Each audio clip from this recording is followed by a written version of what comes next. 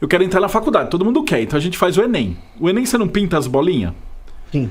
Se você imaginar que essas pinturas de bolinhas são os dentinhos de uma chave, no final das contas ele vai enfiar no computador e girar a chave. Quem acertar mais bolinha faz mais pontos. A chave abre. E aí você entra na universidade. Sim. Olha que bonita essa É um exemplo. esse exemplo. É uma analogia ótima.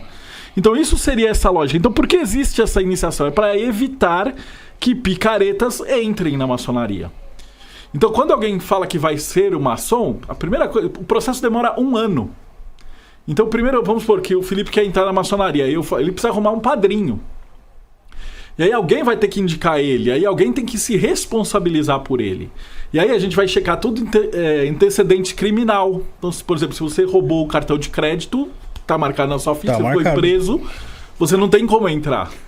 Você tem que ter uma ficha limpa, você tem que estar num processo. E aí vão fazer sindicância, vão na sua casa. E aí você vai passar esse ano inteiro com... Você vai ter que ir num templo em aberto para o pessoal ver que você é uma pessoa de bem. Tem do tio. Aí você vai poder ser. Não vale de nada. Nada. Nada. O máximo o tio pode falar alguma coisa de bom e tal. Mas ele não é seu padrinho, a menos que ele queira ser o seu padrinho. Pelo jeito. Eu acho que não. Mas e nas outras ordens é a mesma coisa. Na Rosa Cruz também. Você vai lá na MORC, por exemplo, você se inscreve, você vai passar 1 ano inteiro recebendo monografias. Daí você vai. Porque é pra tirar curioso, entendeu? Mas é óbvio, isso é muito necessário. Muito necessário. Na Umbanda também, quando você pisa no terreiro, você vai ficar na audiência lá fugiu o nome agora. Na assistência, né? 1 ano ou mais. Aí depois os médiums vão começar a trabalhar sua mediunidade. Aí depois de tipo 1 ano nesse caminho aqui, que você vai ser convidado para fazer um trabalho mediúnico numa escola ali. Entendeu? Depois você vai atender pai de santo e sacerdote. A gente tá longe disso. Aqui a gente tá falando, tipo, entrou, aprendiz. Então, o Rod, o Mercúrio, essa bolinha, ele quer dizer aprendiz. E nota que a árvore da vida vale para a sociedade inteira. Hoje a gente tá focando em ordens, mas serve para arquiteto, para engenheiro, para médico. Então, eu quis entrar na faculdade. Então, eu tô aqui, eu vou prestar vestibular. Eu vou olhar todas as profissões e aí eu vou selecionando e filtrando o que eu gosto. Então eu vou ter arquitetos que eu gosto, engenheiro, médico, tal, até eu achar a faculdade que eu quero. E aí eu tenho que prestar um vestibular. Historiador. Então, esse é o processo. Então, se você passou aqui, você vai ter um certificado. Então, se você coloca lá, por exemplo, teólogo no seu site, não sei o quê, você tem que ter um diploma de uma faculdade. E, por outro lado, o reverso disso também é válido. A instituição, ela tem documentos para se proteger. Então, por exemplo... Antigamente tinha coisa. Hoje em dia, por exemplo, na maçonaria, eles não têm mais passagem e tal. Você tem carteirinhas emitidas com números. Então... O que você vai sacar daí, Dadel? Cuidado, que você vai dar inveja nos outros. Para com essas coisas de dar inveja no pessoal, hein? Ó, é uma carteirinha, não tem nenhum segredo. Tem um número que qualquer maçom com um telefonema... telefona pra central, existe uma guarda dos selos. E consulta lá. E ele consulta lá se eu tô... Não mostra na câmera assim, porque acho que tem dado, né? Tem dado... mas é uma carteirinha... Tem um número aqui. Uma carteirinha. Deixa eu só tirar uma dúvida rapidinho aqui, que você falou, Caninha. Ô, Xeninha, vem aqui. Você tem essa carteirinha aí? Não? Não tem? Volta pra lá. E é assim pra todos, ó. Tem da Rosa Cruz, é igual, ó. Então, tem Rosa Cruz... Por quê? Porque não tem mais esse negócio de toque de mão secreto e tal. Ó, a carteirinha de 2004 vai fazer 20 anos que eu tô lá dentro. Se atualizou, né? As ordens se atualizam. Elas estão no computador. Então o cara que mente, principalmente quando ele mente falando que é Rosa Cruz, Martinista, Golden Dawn, OTO... todas essas ele é pego na mentira por alguém que é membro quase que imediatamente. Por outro lado, quem tá no TikTok, a pessoa que tá lá fora, ela não tem como saber dessas coisas, né? Outros grupos são mais difíceis. Por exemplo, na bruxaria, você vai ter que pegar informações com os outros caras da comunidade, falar quem é esse cara aí que tá no TikTok, né? Quem é esse bruxo? Pai de santo também, você tem que olhar o terreiro dele. Mas aí o cara tem um terreiro físico. O problema de você ter na internet é que de repente eu vi caso de golpe que a pessoa pagava pra fazer ritual e tal e não tinha. O cara falava assim, anunciava Palácio das Rosas, não sei lá, né? E aí o pessoal foi investigar depois, descobriu que era metade de um quarto alugado. Porra. E que descobriram porque a vizinha de quarto dele tava reclamando que o cara tava pondo animal morto no quarto. Pô, Então, e o cara punha fotos maravilhosas de coisas, tudo falso. A internet engana pra Você caramba. não tem como saber, tem que tomar cuidado com isso. Tranquilo até aqui? Tranquilo, super bem explicado. Então, na árvore da morte, pra você ter certeza, então, regra 31. Você vai perguntar pro seu mestre, professor e tal. Você é iniciado na maçonaria?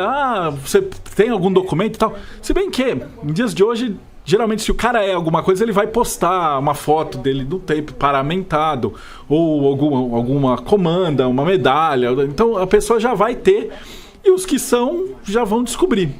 Mas não ofende ninguém você perguntar pra pessoa assim, quem te iniciou? Então, você é iniciado na Umbanda, quem é o sacerdote que te iniciou? Porque você tem que ter uma linhagem, né? Mas, por que tem tanta gente que eu vejo por aí que mente sobre a maçonaria? Que tipo, mente no sentido de eu sou maçom, eu fui maçom, eu sou aqui.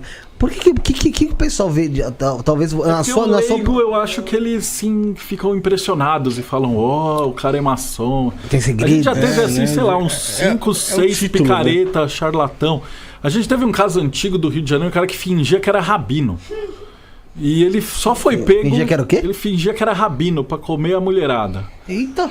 E o cara passou por várias testes, porque ele passou e alguém apresentou ele e o pessoal foi olhar. Eu, inclusive, olhei uma palestra do cara e falei, pô, o cara manja.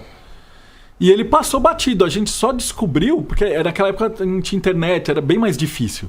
Porque aí o cara começou a mentir, ele era mitomaníaco, ele começou a inventar e falou que fazia isso, fazia acontecer, e o cara ia crescendo na loucura.